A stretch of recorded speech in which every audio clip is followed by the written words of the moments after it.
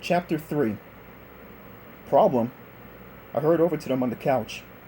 My bubble gum, Amanda said, tugging at the black fur on Bella's tail. It flew out when I laughed, and now it's stuck to her tail. I bent down and studied the pink blob stuck in the black fur. Why were you chewing bubble gum at 7:30 in the morning? I asked. I always have bubble gum after breakfast, Amanda said. It helps get the egg taste from my mouth. She gave a hard tug. The cat yowled and tried to jump away. Help me hold her, Amanda shouted. I grabbed Bella around the middle. She swiped at me with her front paws and tried to squirm out of my hands. Can't you twist the gum off? I asked, struggling to hold the cat still. Her fur is all stuck to it, Amanda said. I have to cut it off. She pushed Bella at me.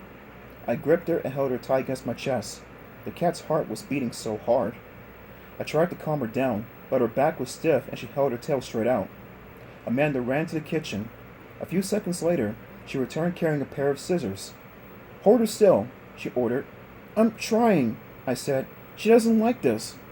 She's being very good, Amanda said. She's a very good cat.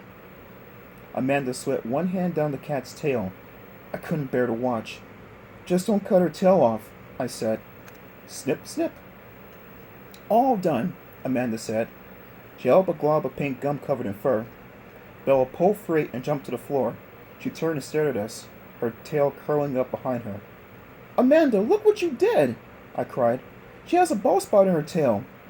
There was a circle bigger than a quarter where I could see the pink skin poking through. Amanda shrugged. It'll probably grow back before Kappas get home, she said. Cat fur grows fast. I shook my head. I felt kind of shaky. Bella lowered her tail and patted into the other room. You can't even see the bald spot, Amanda said. No one will notice. We're going to be late for school, I muttered. Amanda laughed. Look at you, Mickey. You're white as a sheet and you're sweating. So what would you do if we had a real emergency with the cat? Amanda asked. Totally freak out, I joked. We both laughed. After school, we went to my house to drop off our backpacks. In my room, my goldfish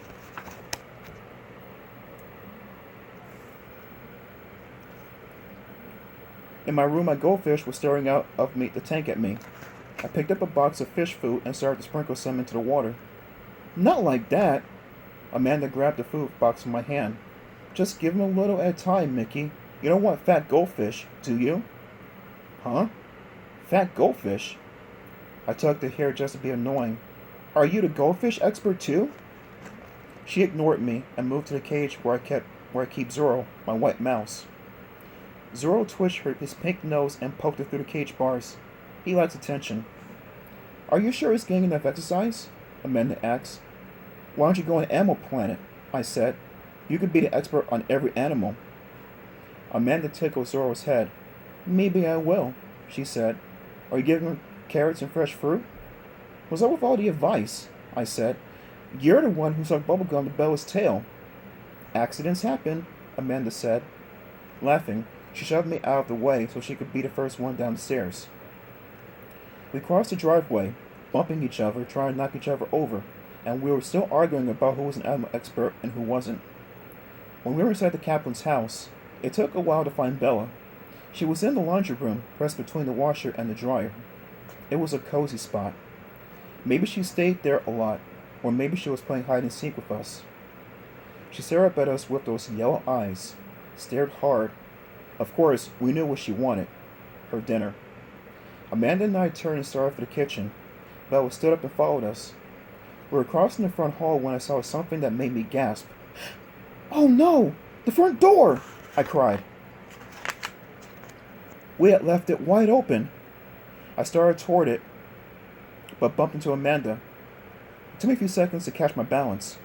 No! I shouted as Bella took off, running toward the open door. Bella, no! Bella, stop! Amanda and I screamed, but the cat lowered her head and kept running. Bella, wait! Bella!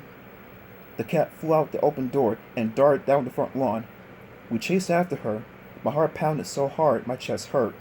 Amanda came right behind me, screaming Bella's name. I stopped short when I saw the big red truck rolling down the block. Bella ran to the street. My scream rose over the squeal of the brakes. The truck skidded hard. I heard a horrible high screech. I saw the truck tire bump over Bella. The truck jolted to a stop. Then, silence. 4. Next time.